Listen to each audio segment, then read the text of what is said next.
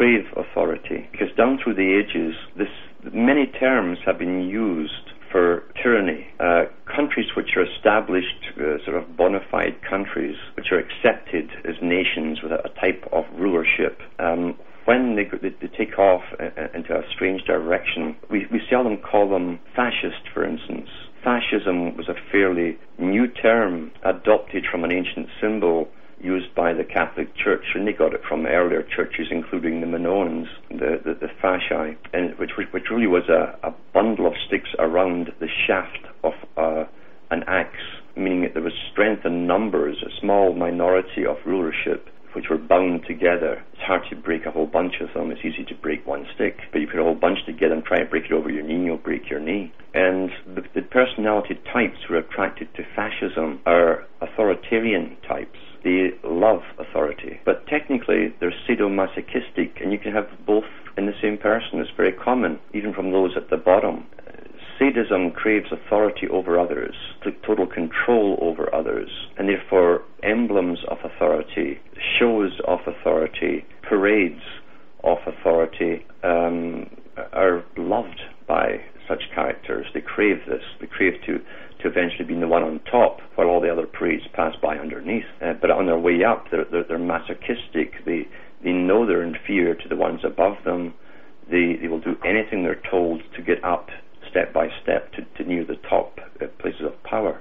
And that really is what the 20th century definition of fascism meant.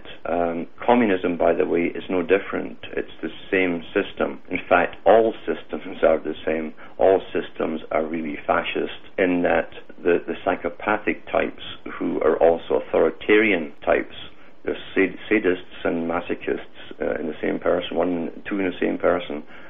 They go into power. They want power. Ordinary people who are balanced don't crave power over others, but those who have an unnatural craving will seek it out. They seek out their target, their aim, their goal. If we define many relationships as sadomasochistic, that is true in a sense. It's different from a teacher and pupil relationship. A teacher, the proof of the teacher's worth, if they're teaching what they're supposed to be teaching, that is shown in the results of the pupil or the student. And eventually the bridge between teacher and pupil should be narrowed and narrowed as the student or pupil gains the knowledge bit by bit and gradually comes up to the same level, and then they're equal. In a truly authoritarian system, a sadist who craves power unnaturally and loves all the emblems of military and parades and ceremony, they love ceremony. He does it for his own purpose, his own rationale, and he will rationalize everything he does. Everything he does. No matter what it takes, he will rationalize his every move, which is a psychopathic trait. They often project onto others what they themselves are doing, and they blame others for doing what they are doing themselves. That is common. In times gone by, authority was all around a person's life, generally in uniform, often with the badge of a king, insignia of a priest, whatever. It was always there, and it was overt. And punishment and retribution were swift and ruthless. Condemnation was expected, and there was no appeal. Public spectacles were made of people who did not agree with the system in which they lived. And these people were literally massacred, sometimes individually, sometimes in whole groups, such as with the Inquisition. They would burn whole groups of people together. And it's not just to kill off witches or malcontents or whatever they were termed or labeled at the time. It's also as a warning to the rest of the population to toe the line, to use the Masonic term, to obey the system. So that's overt authority. We travel the roads, and we used to think not much about traveling at all. But today, when you see a police car behind you, you get the shivers up your spine, because they're on the hunt.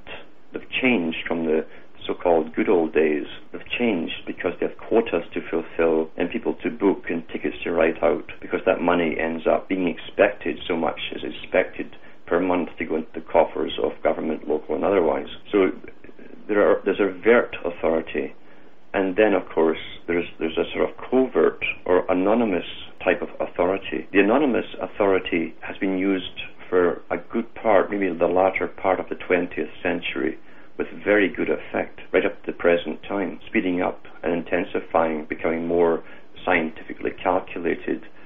And anonymous authority are messages given to the public through symbols and writing and advertising, telling you what's good for you and what's acceptable within social society and in a good social system. And these messages pervade our whole life. You can't get away from them if you use any electronic media or even drive on the major highways. You'll see billboards telling you, and these are all authorized. That's why all these billboards are licensed to be there. Their messages are authorized by those who give you and control your culture. There is more covert or anonymous authority being bombarded towards you and at you on a daily basis than ever before. And we think it's quite normal. The children today think it's always been like this.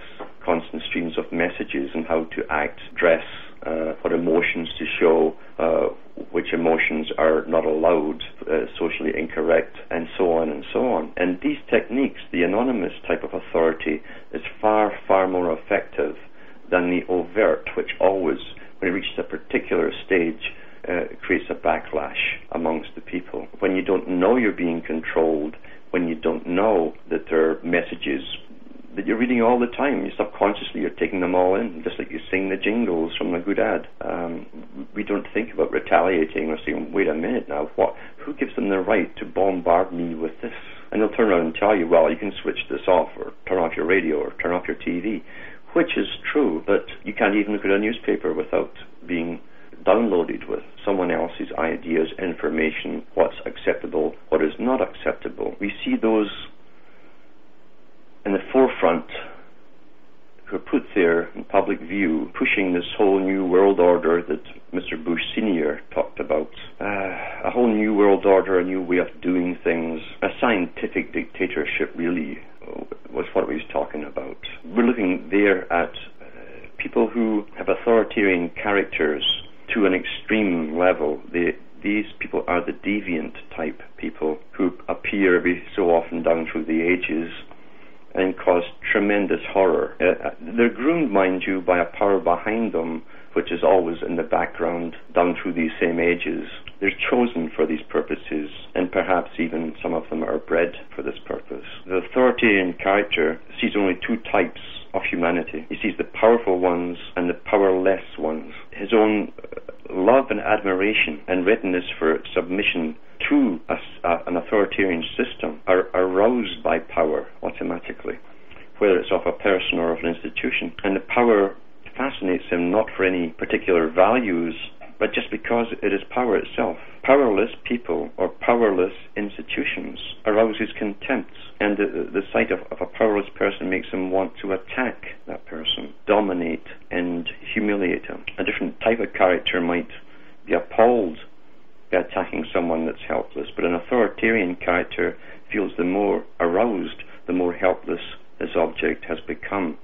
So this is where the sadist character of the authoritarian personality is shown. It's not enough to beat someone. They have to humiliate, dominate, and preferably publicly, to show that he's king of the hill. The authoritarian character himself has a particular attitude towards life, and he builds a philosophy up around it.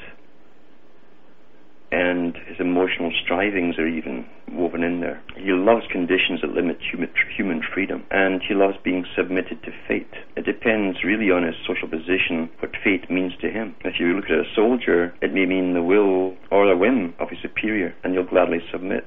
A small businessman or economists, the economic laws basically are his fate. And when it's a crisis in that particular field, to him, it's not a crisis. It's just a form of expression of a higher power to which one has to submit. So the authoritarian will admit to something he recognizes as having more power than himself. When we go into the personal lives of previous tyrants, it's funny how we always call them tyrants after they're gone or removed or dead. When we go through the actual events, we never call them as such, unless a war has begun and there's one group against another. But if you look at Hitler talked about idealism, which he really believed in. He was definitely an idealist. something that we should all be terrified about. I'm terrified of idealists because they're control freaks. And he said idealism alone leads men to voluntary acknowledgement of the privilege of force and strength, and thus makes them become a dust particle of that order which forms and shapes the entire universe. And then, of course, there was Goebbels, the Minister of Propaganda, and he gave a similar definition of what he called socialism. He says to be a socialist is to submit to the I, to the thou. Socialism is sacrificing the individual to the whole. So Hitler himself recognized that his philosophy of self-denial and sacrifice is meant for those whose economic situation does not allow them any happiness. And so he wanted to exploit the very poverty of the people in order to make them believe in his form of evangelism, of self-denial or self-annihilation. That's how it was rationalized to the people, as a beautiful thing. Evil can dress itself up in such beautiful, beautiful pictures.